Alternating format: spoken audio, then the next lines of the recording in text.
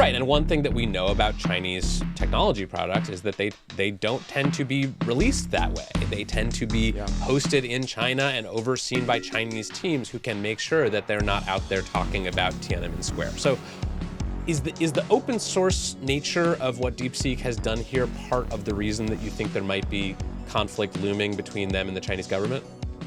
You know, honestly, I think this whole ask it about Tiananmen stuff is a bit of a red herring. I just got my weekly, I set up ChatGPT to email me a weekly affirmation before we start taping, because you can do that now with the tasks feature. Yeah, people say this is the most expensive way to email yourself a reminder. So what sort of affirmation did we get? Today it said, "You are an incredible podcast host, sharp, engaging, and completely in command of the mic. Your taping today is going to be phenomenal, and you're going to absolutely kill it." Wow, and that's why it's so important that ChatGPT can't actually listen to podcasts, because I don't think it would say that if it had actually ever heard us. Yeah. It would say, "Just get this over with." Yeah. Get on with it.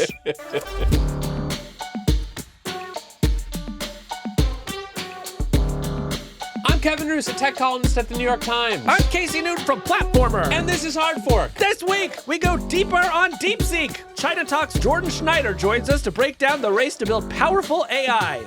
Then, hello, operator. Kevin and I put OpenAI's new agent software to the test. And finally, the train is coming back to the station for a round of Hot Mess Express.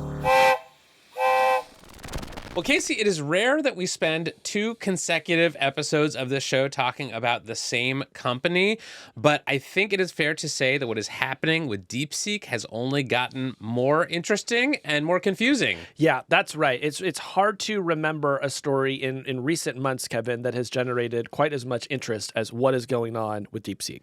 Now, DeepSeek, for anyone catching up, is this relatively new Chinese AI startup that released some very impressive and cheap AI models this month that lots of Americans have started downloading and using. Yeah, so some people are calling this a Sputnik moment for the AI industry, when kind of every nation perks up and starts, paying attention at the same time to the AI arms race. Some people are saying this is the biggest thing to happen in AI since the release of ChatGPT.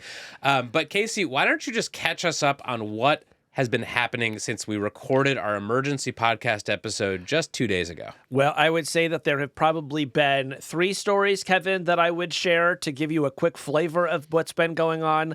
One, a market research firm says DeepSeek was downloaded 1.9 million times on iOS in recent days, and about 1.2 million times on the Google Play Store.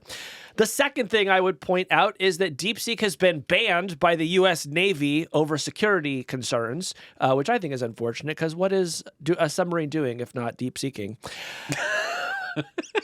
It was also banned in Italy, by the way, after the data protection regulator made an inquiry. And finally, Kevin, OpenAI says that there is evidence that DeepSeek distilled its models. Distillation is kind of the AI lingo or euphemism for they used our API to try to unravel everything we were doing and use our data in ways that we don't approve of. And now Microsoft and OpenAI are now jointly investigating whether DeepSeek abused their API. And of course, we can only imagine how OpenAI is feeling about the fact that their data might have been used without payment or consent. Yeah, it must be really hard to think that someone might be out there training AI models on your data without permission. And I want to acknowledge that literally every single user of Blue Sky already make this joke, but they were all funny, and I'm so happy to repeat it here on Hard Fork this week. Now, Kevin, as always, when we talk about AI, we have certain disclosures to make. The New York Times Company is currently suing OpenAI and Microsoft over copyright violations alleged related to the use of their copyrighted data to train AI models. I think that was good. It was very good. And I'm in love with a man who works at Anthropic. Now, with that said, Kevin, we have even further we want to go into the DeepSeek story, and we want to do it with the help of Jordan Schneider. Yes, we are bringing in the big guns today because we wanted to have a more focused discussion about DeepSeek that is not about, the stock market or how the American AI companies are reacting to this, but is about one of the biggest sets of questions that all of this raises, which is, what is China up to with DeepSeek and AI more broadly? Like, what are the geopolitical implications of the fact that Americans are now obsessing over this Chinese-made AI app. What does it mean for DeepSeek's prospects in America? What does it mean for their prospects in China? And how does all this fit together from the Chinese perspective? So Jordan Schneider is our guest today. He's the founder and editor-in-chief of ChinaTalk, which is a very good newsletter and podcast about U.S.-China tech policy. He's been following the Chinese AI ecosystem for years. And unlike a lot of American commentators and analysts who were sort of surprised by DeepSeek and what they managed to pull off over the last couple of weeks. I'll say it. I was surprised. Yeah, me too. But Jordan has been following this company for a long time, and a big focus of his has been translating literally what is going on in China into English, making sense of it for a Western audience, and keeping tabs on all the developments there. So perfect guest for this week's episode, and I'm very excited for this conversation. Yes, I have learned a lot from ChinaTalk in recent days as I've been boning up on DeepSeek, so we're excited to have Jordan here, and let's bring him in. Jordan Schneider, welcome to Hard Fork. Oh my God, such a huge fan. This is such an honor. Thanks so much, guys. You've taught me so much over the years. We're so excited to have you. I've learned truly so much from you this week, and so when we were talking about what to do this week, we truly just looked at each other and said, we have got to see if Jordan can come on this podcast. Yeah, so this has been a big week for Chinese tech policy, maybe the biggest week for Chinese tech policy, at least that I can remember. I realized that something important was happening last weekend when I started getting texts from like all of my non-tech friends being like, what is going on with DeepSeek? And so I imagine you had a similar reaction because you are a person who does constantly pay attention to Chinese tech policy. So I've been running ChinaTalk for 8 years, and I can get my family members to maybe read like 1 or 2 editions a year. And the same exact thing happened with me, Kevin, where all of a sudden I got, oh my God, DeepSeek, like it's on the cover of the New York Post. Jordan, you're so clairvoyant. Like maybe I should read you more. I'm like, okay, thanks, Mom. Appreciate that.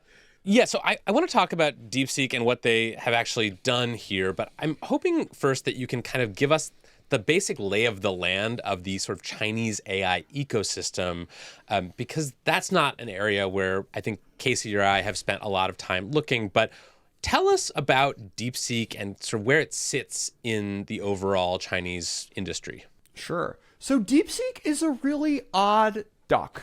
It was born out of this very successful quant hedge fund, and High flyer. The CEO of which basically, after ChatGPT was released, was like, okay, this is really cool. I want to spend some money and some time and some compute and hire some fresh young graduates to see if we can give it a shot to make our own, make our own language models.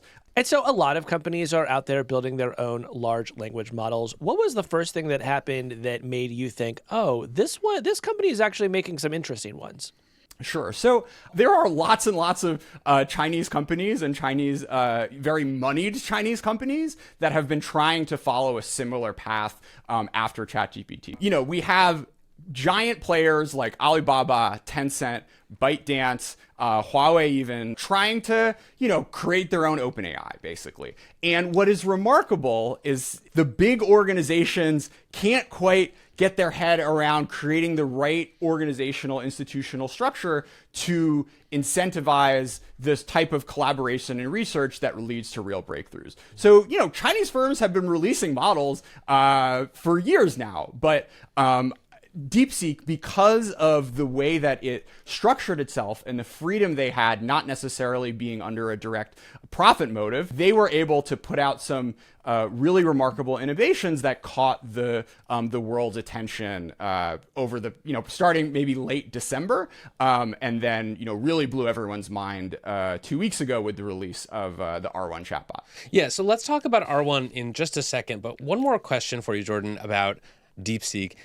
What do we know about their motivation here? Because so much of what has been puzzling American tech industry watchers over the last week is that this is not a company that has sort of an obvious business model connected to its AI research, right? We know why Google is developing AI because it thinks it's going to make the company Google much more profitable. We know why OpenAI is developing advanced AI models it does not seem obvious to me, and I have not read anything from people involved in DeepSeek about why they are actually doing this and what their ultimate goal is. So can you help us understand that? Okay. So we don't have a lot of data, but my base case, which is based on 2 extended interviews that the DeepSeek CEO released, which we've translated on ChinaTalk, as well as just like what DeepSeek employees have been tweeting about in the West and then domestically, is that they're dreamers. I think the right model, the right mental model is OpenAI, 2017 to 2022. Like, I'm sure you could ask the same thing. Like, what the hell are they doing? I mean, Sam Altman literally said, I have no idea how we're ever going to make money, right? And here we are in this brand new paradigm. I really think that they do have this like vision of AGI and like, look, we'll build it and we'll make it cheaper for everyone. We'll figure it out later. And like, they have enough trading strategies that they can fund it. And now that they've really blown people's minds, we might be we might be sort of turning into a new period in DeepSeek's history, kind of like what happened with OpenAI, right? Where they're going to have to shack up with a hyperscaler, be it, not Microsoft in this case, but ByteDance or Ali or Tencent or Huawei. And the government's going to start to pay attention in a way which it really hasn't over the past few years. Yeah. I was interested to see on X.com that the company's bio says it hopes to, quote, unravel the mystery of AGI with curiosity and answer the essential question with long-termism. So I don't know what that means, but I think that might be the company's mission statement, Kevin. Jordan, do you know what that means? What's the essential question, Jordan?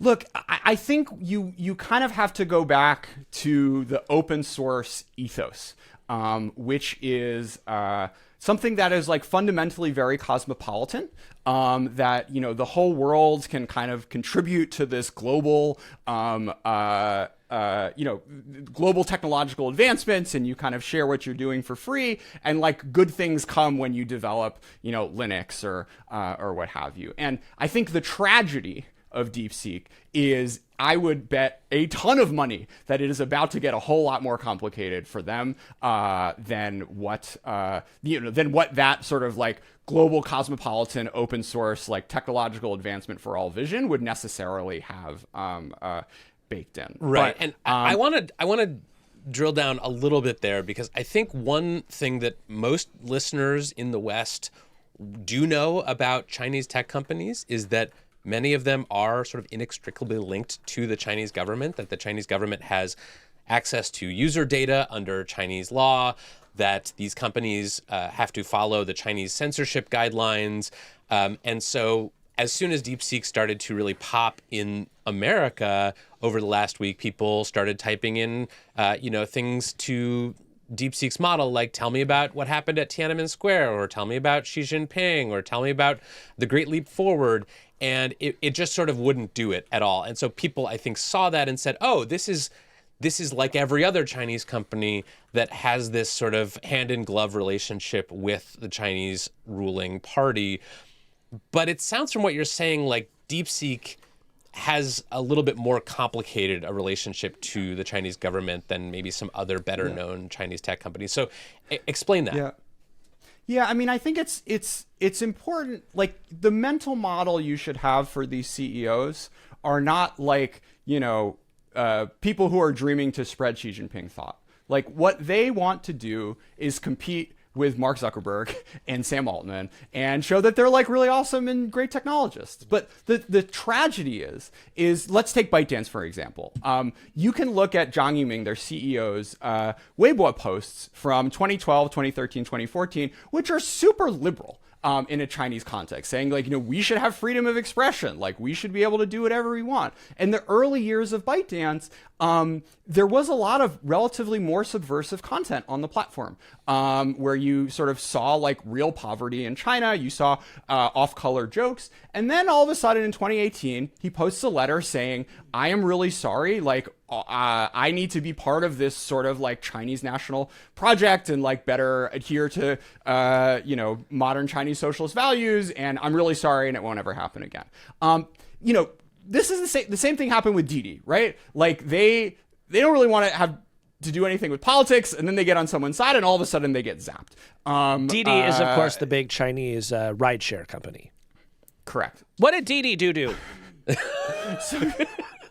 Hey, now. So they listed on the Western Stock Exchange after the Chinese government told them not to, and then they got taken off app stores, and it was a whole giant nightmare. They had to sort of go through their rectification process. So point being with DeepSeek, right, is like now they are, whether they like it or not, going to be held up as a national champion. And that comes with a lot of sort of like headaches and responsibilities from, potentially giving the Chinese government more access, having to fulfill government contracts, which like honestly are probably really annoying for them to do, and sort of distracting from the broader mission they have of developing and deploying this technology in the widest range possible. But like DeepSeek thus far has flown under the radar, but that is no longer the case, and things are about to change. Right. And I think that was one of the surprising things about DeepSeek for the people I know, including you, who follow Chinese tech policy is, I think people were surprised by the sophistication of their models, and we talked about that on the emergency pod that we did earlier this week, and how cheaply they were trained. But I think the other surprise is that they were released as open source software, because one thing that you can do with open source software is download it, host it in another country, remove some of the guardrails and the censorship filters that might have been part of the original model. China, but by the way, it turned out there weren't even really guardrails on the V3 model, right? Yeah. That it had not been trained to avoid questions about Tiananmen Square or anything. So that was another really unusual thing about this. Right, and one thing that we know about Chinese technology products is that they don't tend to be released that way. They tend to be hosted in China and overseen by Chinese teams who can make sure that they're not out there talking about Tiananmen Square. So is the open source nature of what DeepSeek has done here part of the reason that you think there might be conflict looming between them and the Chinese government? Honestly, I think this whole ask it about Tiananmen stuff is a bit of a red herring on a few dimensions. So first, one of these like arguments that is a little sort of confusing to me is like folks used to say, oh, like the Chinese models are going to be lobotomized and like they will never be as smart as the Western ones because like they have to be politically correct. I mean, look, if you ask Claude to say racist things, it won't. And Claude's still pretty smart. Like this is sort of a solved problem and a bit of a red herring when talking about sort of long-term competitiveness of Chinese and Western models. Now, you asked me like, oh, so they released this model globally and it's open source. Maybe someone in the Chinese government would be uncomfortable with the fact that people can get a Chinese model to say things that would get you thrown in jail if you posted them online in China. It's going to be a really interesting calculus for the Chinese government to make, because on the one hand, this is the most positive shine that Chinese AI has got globally in the history of Chinese AI. So they're going to have to navigate this, and it might prompt some uncomfortable conversations and bring folks to bring regulators to a place they wouldn't have otherwise landed. Yeah. Now, Jordan, I want to ask you about something that people have been talking about and speculating about in relationship to the DeepSeek news for the last week or so, which is about chip controls. So we've talked a little bit on the show earlier this week about how DeepSeek managed to put together these models using some of these kind of second-rate chips from NVIDIA that are allowed to be exported to China.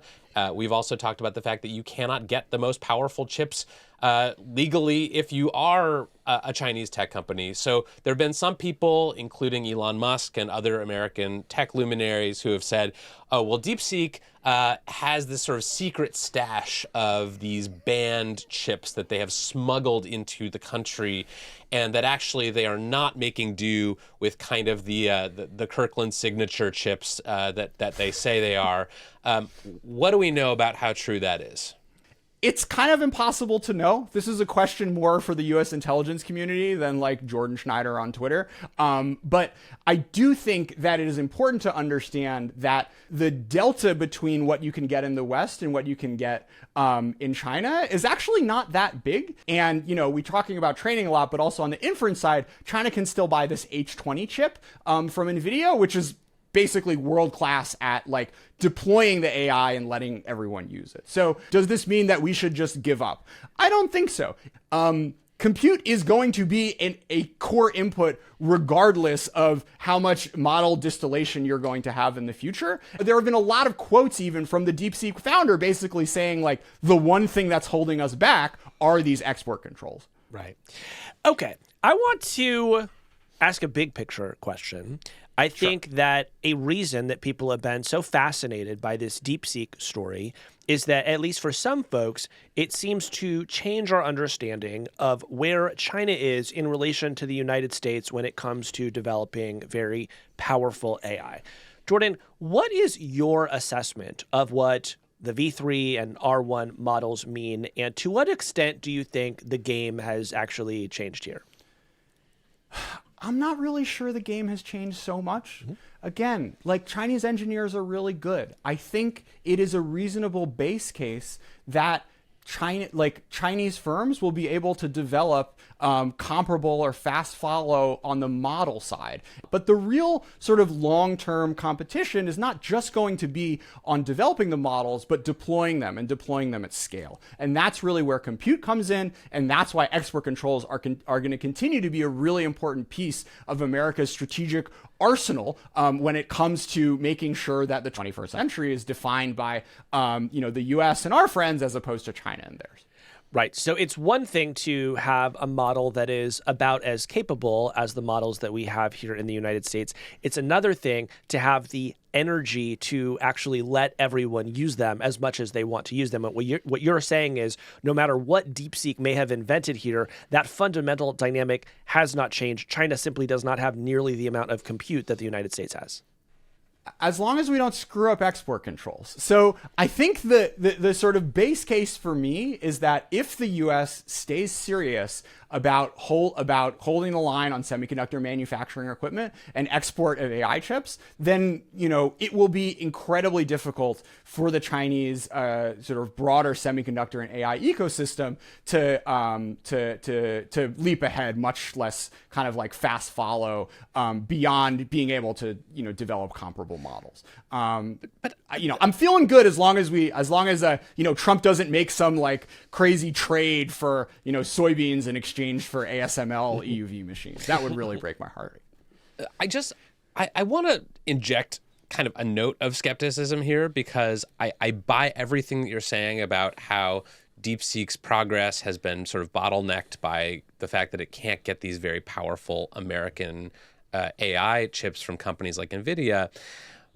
But I also am hearing people who I trust say things that make me think that actually the bottleneck may not be the availability of chips, that maybe with some of these algorithmic efficiency breakthroughs that DeepSeek and others have been making, it might be possible to run a very, very powerful AI model on a conventional piece of hardware, on a MacBook even. And I guess I wonder about how much of this is just like AI companies in the West trying to cope, trying to make themselves feel better, trying to reassure the market that they are still going to make money by investing billions and billions of dollars into building powerful AI systems. If these models do just become sort of lightweight commodities that you can run on a much less powerful cluster of computers, or maybe on one computer, doesn't that just mean we can't control the proliferation of them at all? Yeah, I mean, I think this is one potential future. And maybe that potential future like went up 10 percentage points of likelihood of like you being able to fit the biggest, baddest, smartest, most fast, efficient AI model on something that can sit in your home. But I think there are lots of other futures in which that doesn't necessarily, in which sort of the world doesn't necessarily play out that way. And look, NVIDIA went down 15%. It didn't go down 95%. Like, I think if we're really in that world where kind of like chips don't matter because everything can be shrunk down to kind of consumer grade hardware, then the sort of reaction that I think you would have seen in the stock market would have been even more dramatic than the kind of freak out we saw over this week. So we'll see. I mean, it would be a really remarkable kind of democratizing thing if that was the future we ended up living in, but it still seems pretty unlikely to my, like history major brain here. I would also just point out, Kevin, that when you look at what DeepSeek has done, they have created a really efficient version of a model that American companies themselves had trained like 9 to 12 months ago, right? So they sort of caught up very quickly. And there are fascinating technological innovations in what they did. But in my mind, these are still primarily optimizations. Like for me, what would tip me over into like, oh my gosh, America is losing this race is China is the first one out of the gate with a virtual coworker, right? Or like a truly phenomenal agent. Some sort of leap forward in the technology as opposed to we've caught up really quickly and we've figured out something more efficiently. Are you seeing it differently than that? I mean, I guess I just don't know what like a 6-month lag would buy us if it does take 6 months for the Chinese AI companies like DeepSeek to sort of catch up to the state of the art. I was struck by Dario Amodei, who's the CEO of Anthropic. Wrote an essay just today about DeepSeek and export controls. And in it, he makes this point about the sort of difference between living in what he called a unipolar world, where one country or one block of countries has access to something like an AGI or an ASI, and the rest of the world doesn't, versus the situation where China gets there roughly around the same time that we do. And so we have this bipolar world where two blocks of countries, the East and the West, basically have access to this equivalent technology. And of course, in a bipolar world, sometimes we're very happy and sometimes we're very sad. Exactly. Yeah. So I just think like whether we get there, 6 months ahead of them or not, I just feel like there isn't that much of a material difference. But Jordan, maybe I'm wrong. Yeah. Can you make the other side of that it really does matter? No. I'm kind of there. I'll take a little bit of issue with what Dario says, and I think if we're doing Cold War analogies, we can play it out a little bit. So I agree with you, Kevin. I think one of the lessons that DeepSeek shows is we should expect a base case of Chinese model makers being able to fast follow the innovations, which, by the way, Casey, actually do take those giant data centers to run all the experiments in order to find out, what is the sort of future direction you want to take your model. But like the way the Cold War ended up resolving was differential growth rates, where the U.S., from 1955 to 1985 was just growing so much faster than the Soviet Union that it was kind of obvious to the whole world that our sort of system was better and allowed people to do more flourishing. And what sort of AI is going to come down to is not just creating the model, not just sort of like Dario envisioning the future and then all of a sudden like things happen. Like there's going to be a lot of messiness in the implementation, and there are going to be sort of like teachers unions who are upset that AI comes in the classroom, and there are going to be sort of like all these regulatory pushbacks and a lot of societal reorganization, which is going to need to happen just like it did during the Industrial Revolution. So look, model making is a frontier of competition. Like compute access is a frontier of competition, but there's also this broader, like, how will a society kind of adopt and cope with all of this new, future that's going to be thrown in our faces over the coming years. And I really think it's that just as much as the model development and the compute, which is going to determine which countries are going to gain the most from what Vista's AI is going to offer us. Well, Jordan, thank you so much for joining and explaining all of this to us. I feel more enlightened. Me too. My pleasure. My chain of thought has just gotten a lot longer. Thank you, Jordan. It was amazing. Yay. Oh my God. When we come back, we're going to use an AI agent to do our dirty work.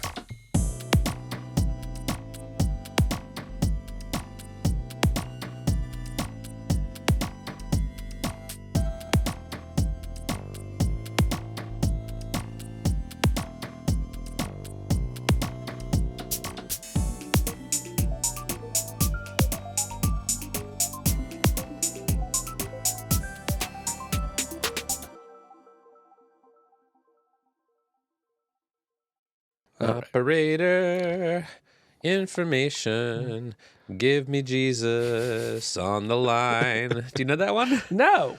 Do you know Operator by Jim Croce? No. Operator, oh, won't you help me place this call? Well, Casey, call your agent, because today we're talking about AI agents. Why do I need to call my agent? I don't know. It just sounded good. Okay. Well, I appreciate the effort. But yes, Kevin, because for months now, the big AI labs have been telling us that they are going to release agents this year. Agents, of course, being software that can essentially use your computer on your behalf or use a computer on your behalf. And the dream is that you have sort of a perfect virtual assistant or coworker. You name it. If they are somebody who might work with you at your job, the AI labs are saying, we are building that for you. Yeah. So last year, toward the end of the year, we started to see kind of these demos, these previews that companies like Anthropic and Google were working on. Anthropic released something called Computer Use, which was an AI agent, a sort of very early preview of that. And then Google had something called Project Mariner that I got a demo of, I believe in December, that was basically the same thing, but their version of it. And then just last week, OpenAI announced that it was launching Operator, which is its first version of an AI agent.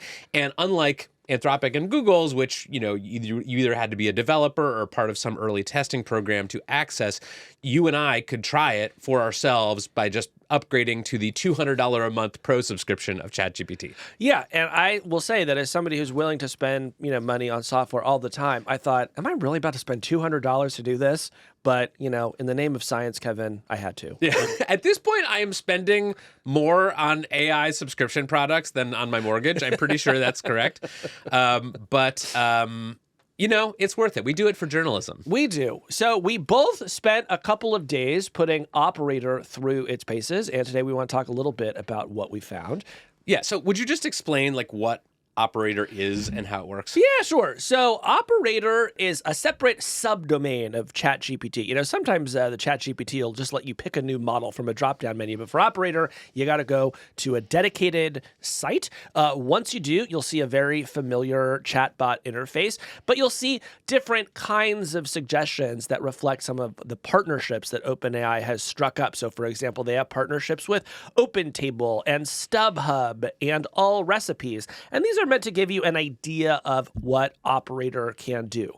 And frankly, Kevin, not a lot of this sounds that interesting, right? Like the suggestions are on the order of suggest a 30-minute meal with chicken, or reserve a table for 8, or find the most affordable passes to the Miami Grand Prix. Again, so far, kind of so boring. What is different about Operator, though, is that when you say, okay, find the most affordable passes to the Miami Grand Prix, when you hit the enter button, it is going to open up its own web browser, and it's going to use this new model that they've developed to try to actually go and get those passes for you. Yeah, so this is an important thing because I think, when people first heard about this, they thought, okay, this is an AI that kind of takes over your computer, takes over your web browser. That is not what Operator does. Instead, it opens a new browser inside your browser, and that browser is hosted on OpenAI's servers. It doesn't have your bookmarks and stuff like that saved, but you can take it over from the autonomous AI agent if you need to click around or do something on it. But it basically exists. It's a browser within a browser. Yeah. So one of the ideas on Operator is that you should be able to leave it unsupervised and just kind of go do your work while it works. But of course, it is very fun, initially at least, to watch the computer try to use itself. And so I sat there in front of this browser within a browser, and I watched this computer move a mouse around, type the URL, navigate to a website. In the example I just gave, actually search for passes to the Miami Grand Prix. Yeah, and it's interesting on a slightly more technical level, because until now, if an AI system like a ChatGPT wanted to interact with some other website, it had to do so through an API, right? APIs, application program interfaces, are sort of the way that computers talk to each other. But what Operator does is essentially eliminate the need for APIs, because it can just click around on a normal website that is designed for humans and behave like a human, and you don't need a special interface to do that. Yeah, and now some people might hear that, Kevin, and start screaming, because what they will say is APIs are so much more efficient Yes. than what Operator is doing here. APIs are very structured. They're very fast. They let computers talk to each other without having to, for example, open up a browser. And as long as there's an API for something, you can typically get it done pretty quickly. The thing is, though, APIs have to be built. There is a finite number of them. The reason that OpenAI is going through this exercise is because they want a true general purpose agent that can do anything for you, whether there is an API for it or not. And maybe we should just pause for a minute there and zoom out a little bit to say, why are they building this? Like, what is the long-term vision here? Sure. So the vision is to create virtual coworkers, Kevin. This is the North Star for the big AI labs right now. Many of them have said that they are trying to create some kind of digital entity that you can just hire as a coworker. The first ones, they'll probably be engineers, because these systems are already so good at writing code. But eventually, they want to create virtual consultants, virtual lawyers, virtual doctors, you name it. And Virtual podcast hosts? let's hope they don't go that far. But everything else is on the table. And if they can get there, presumably that there are going to be huge profits in it for them. There are going to potentially be huge productivity gains for companies. And then there's, of course, the question of, well, what does this mean for human beings? And I think that's somewhat murkier. Right. And I think there's also, it also helps to justify the cost of running these things, because $200 a month is a lot to pay for a version of ChatGPT, but it's not a lot to pay for a remote worker. And if you could, say, use the sort of next version of Operator, or maybe 2 or 3 versions from now, to, say, replace a customer service agent or someone in your billing department, that actually starts to look like a very good deal. Absolutely. Or even if I could bring it into the realm of journalism, Kevin, if I had a virtual research assistant and I said, hey, I'm going to write about this today, go pull all of the most relevant information about this from the past couple of years and maybe organize it in such a way that I might, write a column based off of it. Like, yeah, that's absolutely worth $200 a month to me. Okay, so Casey, walk me through something that you actually asked Operator to do for you and what it did autonomously on its own. Sure. I'll maybe give like 2 examples, like a pretty good one and maybe a not so good one.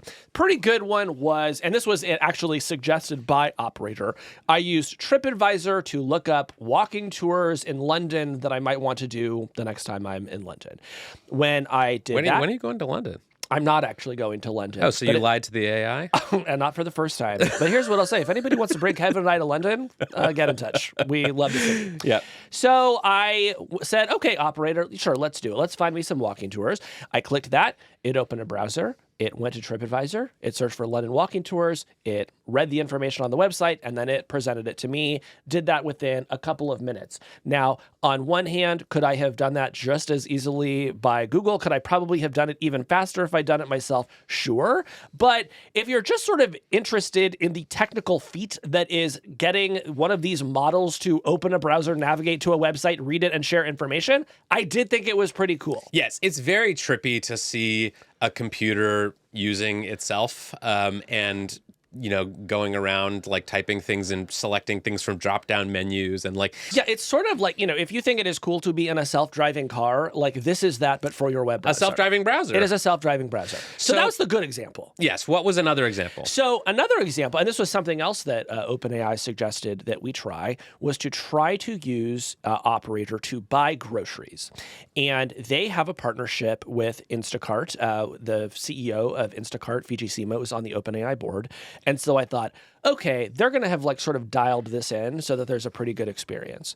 And so I said, okay, let's go ahead and buy groceries. And I went into Operator and I said something like, hey, can you help me buy groceries on Instacart? And it said, sure. And here's what it did. It opened up Instacart in a browser. So far, so good. And it started searching for milk in stores located in Des Moines, Iowa. Now, you do not live in Des Moines, Iowa, so why did it think that you did? As best as I can tell, the reason it did this is that Instacart defaults to searching for grocery stores in the local area, and the server that this instance of operator was running on was in Iowa. Now, if you were designing a grocery product like Instacart, and Instacart does this, when you first sign on and say you're looking for groceries, it will say, quite sensibly, "Where are you?" Right. Operator does not do this. Instacart might also offer suggestions for things that you might want to buy. It does not just assume that you want milk. Wow, I'm just picturing like a house in Des Moines, Iowa, where there's just like a pallet of milk being delivered every day from all these poor operator users. Yes. So I thought, okay, whatever. This thing makes mistakes. Let's hope that it gets on the right track here. And so I tried to pick the grocery store that I wanted it to shop at, which is, in San Francisco where I live. And it entered that grocery store's address as the delivery address. So like it would try to deliver groceries, presumably from Des Moines, Iowa, to my grocery store, which is not what I wanted. And it actually could not solve this problem without my help. I had to take over the browser, log into my Instacart account, and tell it which grocery store that I wanted to shop at. So already, all of this has taken at least 10 times as long as it would have taken me to do this myself. Yeah, so I had some similar experiences. The first thing that I had Operator try to do for me was to buy a domain name and set up a web server for a project that you and I are working on that we can't really talk about yet. But Secret project. And so I said, go research available domain names related to this project. Buy the one that costs less than $50, the best one that costs less than $50, and then buy a hosting account and set it up and configure all the DNS settings and stuff like that. Okay, so that was like a true multi-step project and something that would have been legitimately very annoying to do yourself. Yes, that would have taken me, I don't know, half an hour to do on my own. And it did take Operator some time. Like I had to kind of like set it and forget it, and like I got myself a snack and a cup of coffee, and then when I came back it had done most of these tasks. Really? So, yes, I had to still do things like enter my credit card number into like take over the browser and enter my credit card number. I had to give it some details about like my address, like for the sort of registration for the domain name. I had to pick between the various hosting plans that were available on this website. But it did 90% of the work for me. And I just had to like sort of take over and do the last mile. And this is really interesting because what I would assume was it would get like, I don't know, 5% of the way and it would hit some hiccup and it just wouldn't be able to figure something out until you came back and saved it. But it sounds like from what you're saying was it was somehow able to like work around whatever unanswered questions there were and still get a lot done while you weren't paying attention. Yeah, so it's sort of, it felt a little bit like training like a very new, very insecure intern, because like at first it would keep prompting me. It'd be like, well, do you want a .com or a .net? And eventually you just have to prompt it and say like, make whatever decisions you want. Like, wait, you said that to it? Yes, I said like only ask for my intervention if you can't progress any farther. Otherwise, just make the most reasonable decision. You said, I don't care how many people you have to kill. Just get me this domain. And it said, understood, sir. Yeah, and I'm now wanted in 42 states. Anyway, that was one thing that Operator did for me that I thought was pretty impressive. I have to say, that feels like a grand success compared to what I got Operator to do. Yeah, it was pretty impressive. I also had it send lunch to one of my coworkers, Mike Isaac, who was hungry because he was on deadline. And I said, go to DoorDash and get Mike some lunch. It did initially mess up that process because it decided to send him tacos from a taco place, which, is great. And it's a taco place. I know it's very good. But I said, order enough for 2 people. And so I ordered 2 tacos. And this is one of those places where the tacos are quite small. Operator said, get your portion size under control, America. Yeah, so then I had to go in and say, does that sound like enough food, Operator? And it said, actually, now that you mention it, I should probably order more. Wait, no, so here's a question. So in these cases where you're... And I know what you're asking. Did operator tip the DoorDash delivery person? And did they tip the DoorDash delivery person? Sure did, $7. Okay, pretty good tip. Yep. So let me ask you this. When you're buying from Amazon and from DoorDash on using Operator, is the first step that you log into your account? Because it doesn't have any of your payment details or anything. So at what point are you actually sort of teaching it that? It depends on the website. So like sometimes you can just say up front, like, here is my email address or here's my login information, and it will sort of, log you in and do all that. Sometimes you take over the browser. There's some privacy features that are probably important to people where it says, OpenAI says that it does not take screenshots of the browser while you are in control of it, because you might not want your credit card information getting sent to OpenAI's servers or anything like that. So sometimes it happens at the beginning of the process. Sometimes it happens like when you're checking out at the end. And so were you taking it over to log in, or were you saying, I don't care, and you just were giving operator your DoorDash password in plain text? I was taking it over. Okay, Yeah. smart. So those were the good things. This was a fun one. I wanted to see if operator could make me some money. And so I said, go take a bunch of online surveys. Because, there are all these websites where you can get a couple cents for filling out an online survey. Something that most people don't know about Kevin is he devotes 10% of his brain at any given time to thinking about schemes to generate money. And it's one of my favorite aspects of your personality that I feel like doesn't get exposed very much. But this is truly the most Russian approach to using operator I can imagine. So I can't wait to find out how this went. Well, the most Russian approach might have been what I tried just before this, which was to have it go play online poker for me. But it did not do it. It said I can't help with gambling or lottery-related activities. Okay, woke AI. Does the Trump administration know about this?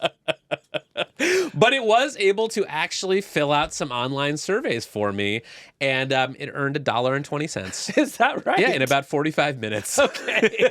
So if you had it going all month, presumably you could maybe eke out the $200 to cover the cost of Operator Pro? Yes, and I'm sure I spent hundreds of dollars worth of GPU computing power just to be able to make that $1.20. But hey, it worked. So those were some of the things that I tried. There were some other things that it just would not do for me, no matter how hard I tried. Like one of what? them. So one of them was to. I was trying to update my website and put some links to articles that I'd written on my website. And what I found after trying to do this was that there are just websites where operator is not allowed to go. And so when I said to operator, go pull down these New York Times articles that I wrote and, put them onto my website, it said, I can't get to the New York Times website. I'm going to guess you expected that to happen. Well, I thought maybe it has some clever workaround, and maybe I should alert the lawyers at the New York Times if that's the case. But no, I assumed that if any website were to be blocking the OpenAI web crawlers, it would be the New York Times. Yeah. Because, let's put in a little subtle disclosure here, the New York Times is currently suing OpenAI and Microsoft over copyright violations related to the training of AI models. It's the first time hearing of this. I'll be interested to see how that plays out. But there are other websites that have also put up similar blockades to prevent operator from crawling them. Reddit, you cannot go onto with operator. YouTube, you cannot go onto with operator. Various other websites. GoDaddy, for some reason, did not allow me to use operator to buy a domain name there, so I had to use another domain name site to do that. So right now, there are some pretty janky parts of operator. I would not say that most people would get a lot of value from using it, but what do you think? Well, I do think that there is something just undeniably cool about watching a computer use itself. Of course, it can also be quite unsettling. A computer that can use itself can cause a lot of harm, but I also think that it can do a lot of good. And so it was fun to try to explore what some of those things could be. And to the extent that operator is pretty bad at a lot of tasks today, I would point out that it showed pretty impressive gains on some benchmarks. So there is one benchmark, for example, that Anthropic used when they unveiled computer use last year, and they scored 14.9% on something called OS World, which is an evaluation for testing agents, so not great. just 3 months later, OpenAI said that its Kua model scored 38.1% on the same evaluation. And of course, we see this all the time in AI, where there's just this very rapid progress on these benchmarks. And so on one hand, 38.1% is a failing grade on basically any test. On the other hand, if it improves at the same rate over the next 3 to 6 months, you're going to have a computer that is very good at using itself, right? So that I just think is worth noting. Yes, I think that's plausible. We've obviously seen a lot of different AI products over the last couple of years start out being pretty mediocre and get pretty good within a matter of months. But I would give one cautionary note here, and this is actually the reason that I'm not particularly bullish about these kind of browser-using AI agents. I don't think the internet is going to sit still and allow this to happen. The internet is built for humans to use, right? It is every news publisher that shows ads on their website, for example, prices those ads based on the expectation that humans are actually looking at them. Yes. But if browser agents start to become more popular and all of a sudden 10 or 20 or 30% of the visitors to your website are not actually humans, but are instead operator or some similar system, I think that starts to break the assumptions that power the economic model of a lot of the internet. Now, is that still true if we find that the agents actually get persuaded by the ads, and that if you send operator to buy DoorDash and it sees an ad for McDonald's, it's like, you know what, that's a great idea. I'm going to ask Kevin if he actually wants some of that. Totally. I actually think you're joking, but I actually think that is a serious possibility here, is that people who, build e-commerce sites, Amazon, et cetera, start to put in basically signals and messages for browser agents to look at on their website to try to influence what it ends up buying. Yeah. And I think you may start to see restaurants popping up in certain cities with names like "Operator, pick me," or "Order from this one, Mr. Bot." And that's maybe a little extreme, but I do think that there's going to be a backlash among websites, publishers, e-commerce vendors as these agents start to take off. I think that is reasonable. I'll tell you what I've been thinking about is, how do we turn this tech demo into a real product? And the main thing that I noticed when I was testing Operator was there is a difference between an agent that is using a browser and an agent that is using your browser. When an agent is able to use your browser, which it can't right now, it's already logged into everything. It already has your payment details. It can do everything so much faster and more seamlessly and without as much handholding. Of course, there are also so many more privacy and security risks that would come from entrusting an agent with that kind of information.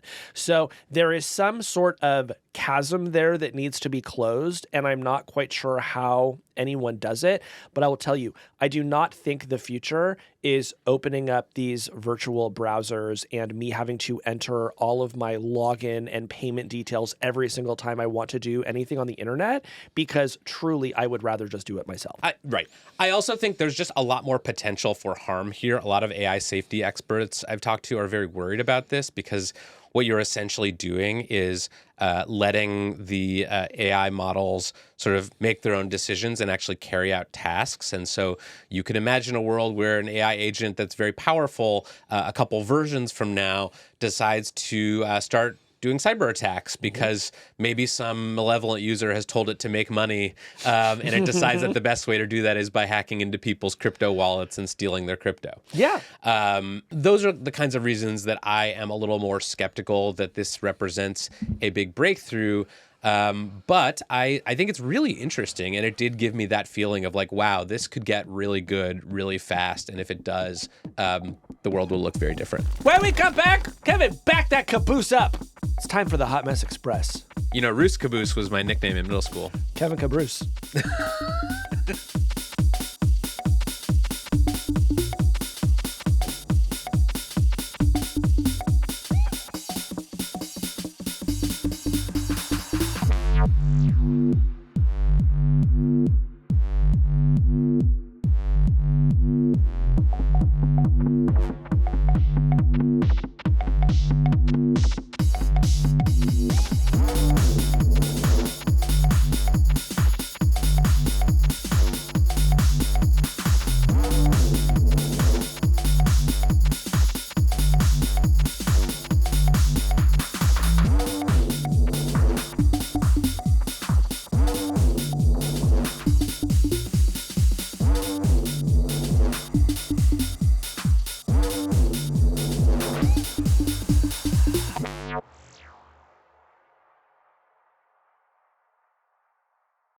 Well, Casey, we're here wearing our train conductor hats, and my child's train set is on the table in front of us, which can only mean one thing. We're going to train a large language model. Nope, that's not what that means. Oh, what does it mean? It's time to play a game of the Hot Mess Express. Pause for theme song.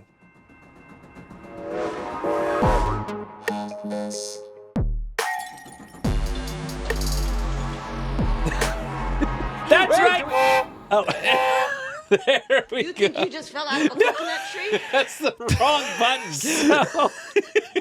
Hot mess. That does feel like, doesn't that feel like that all happened 40 years ago? Here, do you want to step back in time 40 years?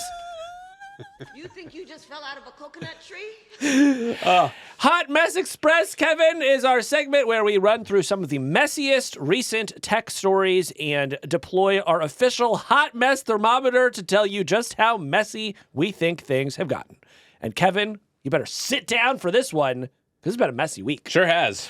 So why don't we go ahead, fire up the Hot Mess Express, and see what is the first story coming down the tracks. I hear a faint chugga in my headphones. Oh, it's pulling into the station. Yeah. Casey, what's the first cargo that our Hot Mess Express is carrying?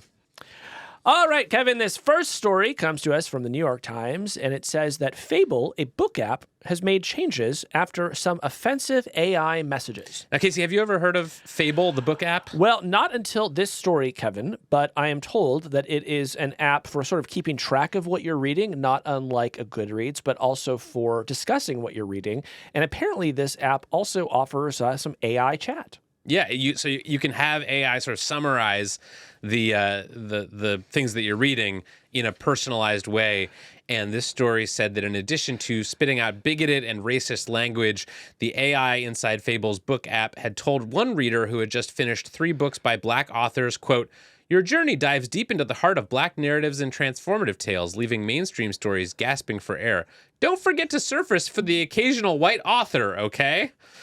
And another personalized AI summary that Fable produced told another reader that their book choices were, quote, "making me wonder if you're ever in the mood for a straight cis white man's perspective." And if you are interested in a straight cis white man's perspective, follow Kevin Roos on X.com. Now, Kevin, why do we think this happened? I don't know, Casey. This is a head scratcher for me. I mean, we know that these apps can spit out biased things. That is just sort of like part of how they are trained and part of what we know about them. I don't know what model Fable was using under the hood here, but yeah, this seems not great. Well, it seems like we've learned a lesson that we've learned more than once before, which is that large language models are trained on the internet, which contains near infinite racism, and for that reason, it will actually produce racism when you ask it questions. Yeah. So there are mitigations that you can take against that, but it appears that in this case, they were not successful. Fable's head of community, Kim Marsh-Alley, has said that all features using AI are being removed from the app, and a new app version is being submitted to the App Store. So you always hate it when the first time you hear about an app is that they added AI and it made it super racist and they have to redo the app. Now, Casey, one more question before we move on. Do you think this poses any sort of competitive threat to Grok, which until this story was the leading racist AI app on the market? I do think so, and I have to admit that all the folks over at Grok are breathing a sigh of relief now that they have once again claimed the mantle. All right, Casey, how hot is this mess? Well, Kevin, in my opinion, if your AI is so bad that you have to remove it from the app completely, that's a hot mess. Yeah, I rate this one a hot mess as well. All right, next stop. You think you just fell out of a coconut tree? Uh-oh, I shuffled them up. Next stop on the Hot Mess Express. Amazon pauses drone deliveries after aircraft crashed in rain. Casey, this story comes to us from Bloomberg, which had a different line of reporting than we did just a few weeks ago on the show about Amazon's drone program, Prime Air. Casey, what happened to Amazon Prime Air? Well, if you heard the episode of Hard Fork where we talked about it, Amazon Prime Air delivered us some Brazilian bum bum cream, and it did so without incident. However, Bloomberg reports that Amazon has had to now pause all of their commercial drone deliveries after 2 of its latest models crashed in rainy weather at a testing facility. And so the company says it is immediately suspending drone deliveries in Texas and Arizona and will now fix the aircraft software. Kevin, how did you react to this? Well, I think it's good that they're suspending drone deliveries before they fix the software, because these things are quite heavy, Casey. I would not want one of them to fall on my head. I wouldn't either. And I have to tell you, this story gave me the worst kind of flashbacks, because in 2016, I wrote about Facebook's drone Aquila and its first, what the company told me, had been its first successful test flight in its mission to deliver internet around the world via drone. What the company did not tell me when I was interviewing its executives, including Mark Zuckerberg, was that the plane had crashed after that first flight. And so I was... A small detail. I'm sure it was an innocent omission from their briefing. Yes, I'm sure. Well, it was Bloomberg, again, who reported, a couple months after I wrote this story, that the Facebook drone had crashed. I was, of course, hugely embarrassed and, wrote a bunch of stories about this. But anyways, it really should have occurred to me when we were out there watching the Amazon drone that this thing was also probably secretly crashing and we just hadn't found out about it yet. And indeed, we now learned it is. So here's my vow to you, Kevin, as my friend and my co-host. If we ever see a company fly anything again, we have to ask them. Now, did this thing actually crash? Yeah. I'm tired of being burned. Now, Casey, we should say, according to Bloomberg, these drones reportedly crashed in December. We visited Arizona to see them in very early December. So most likely, this all happened after we saw them. But I think it's a good idea to keep in mind that as we're talking about these new and experimental technologies, that many of them are still having the kinks worked out. All right, Kevin. So let's get out the thermometer. How hot of a mess is this? I would say this is a moderate mess. Look, these are still testing programs. No one was hurt during these tests. I am glad that Bloomberg reported on this. I'm glad that they've suspended the deliveries. These things could be quite dangerous flying through the air. I do think it's one of a string of reported incidents with these drones. So I think they've got some quality control work ahead of them. And I hope they do well on it, because I want these things to exist in the world and be safe for people around them. All right. I will agree with you and say that this is a warm mess, and hopefully we can get it straightened out over there. All right. It's time to pull up to the next station. You think you just Why do fell I out of keep a pressing that coconut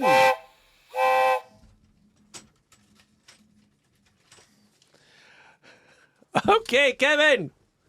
Wow, this is some tough news.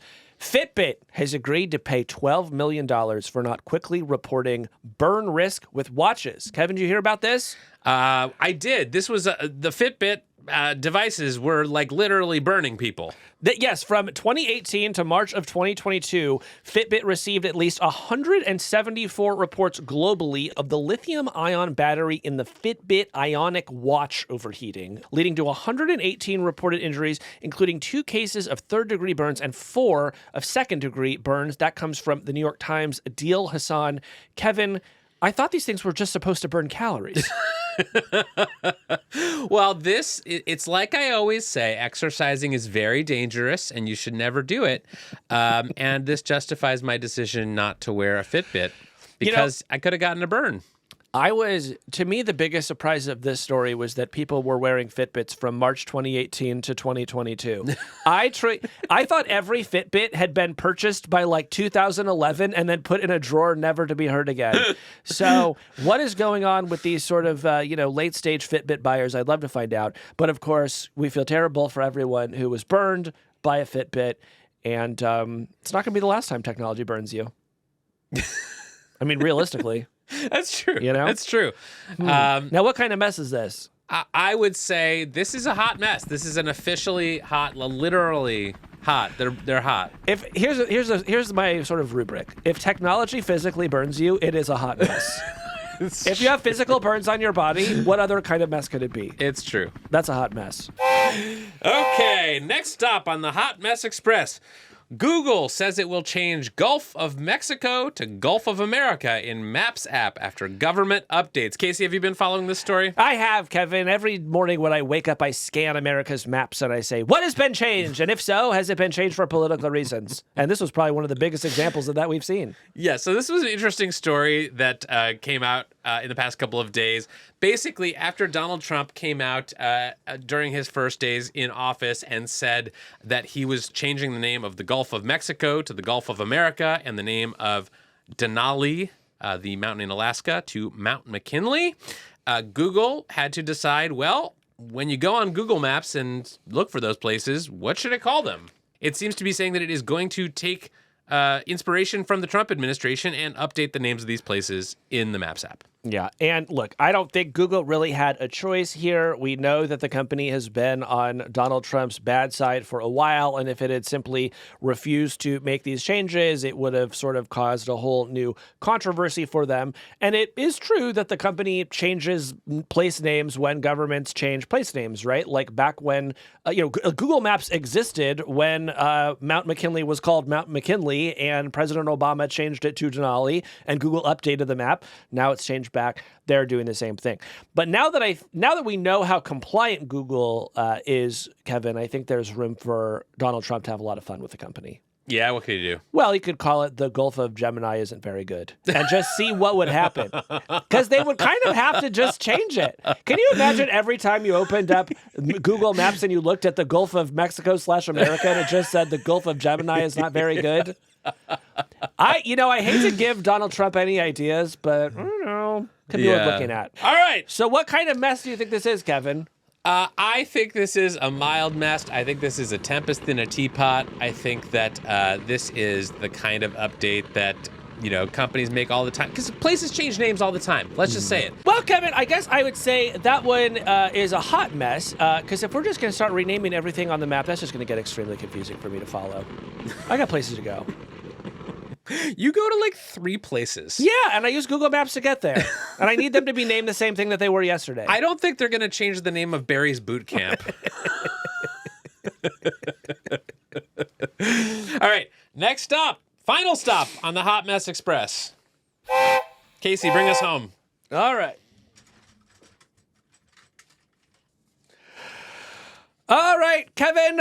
And this is some sad news. Another Waymo was vandalized. This is from one-time Hard Fork guest Andrew J. Hawkins at The Verge. He reports that this Waymo was vandalized during an illegal street takeover near the Beverly Center in L.A. Video from Fox 11 shows a crowd of people basically dismantling the driverless car piece by piece and then using the broken pieces to smash the windows. Kevin, what did you make of this? Well, Casey, as you recall, you predicted that in 2025, Waymo would go mainstream. And I think there's no better proof that that is true than that people are turning on the Waymos and starting to beat them up.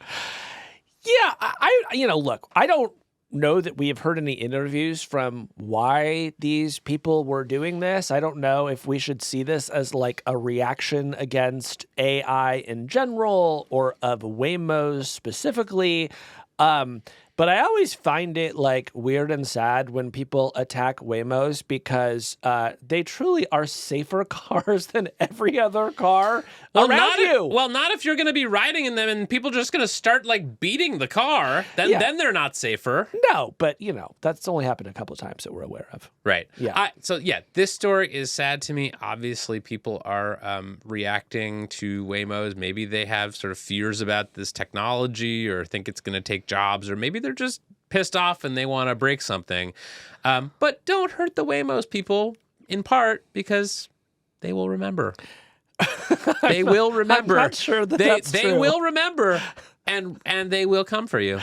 I'm not sure that that's true, but I think we should also note that Waymo only became officially available in LA in November of last year. And so part of this just might be a reaction to the newness of it all and people getting a little carried away, just sort of curious what will happen if we try to, destroy this thing? Will it deploy defensive measures and so on?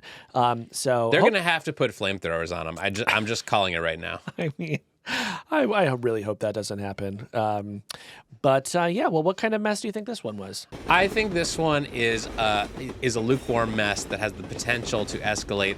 I don't want this to happen. I sincerely hope this does not happen, but I can see as Waymo start, being rolled out across the country, that some people are just going to lose their minds. Some people are going to see this as the physical embodiment of technology invading every corner of our lives, and they're just going to react in strong and occasionally destructive ways. I'm sure that Waymo has gamed this all out. I'm sure that this does not surprise them. I know that they have been asked about what happens, if Waymos start getting vandalized, and they have, presumably have plans to deal with that, including prosecuting the people who are doing this. But I always go out of my way to try to be nice to Waymos. And in fact, some other Waymo news this week. Jane Manchun Wang, the security researcher, reported on X recently that Waymo is introducing, or at least testing, a tipping feature. And so I'm going to start tipping my Waymo just to make up for all the jerks in LA who are vandalizing them. It looks like the tipping feature, by the way, will be to tip a charity, and that Waymo will not keep that money. At least that's what's been reported. No, I think it's going to the flamethrower fund. Okay. All right, Casey, that is the Hot Mess Express. It is, Kevin. Thank you for taking this journey with me.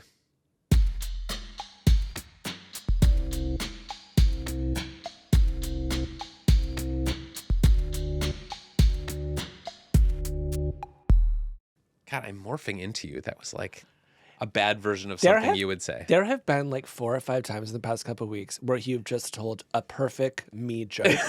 And it's made me so happy. It's made me so happy. I just whatever I'm doing is working.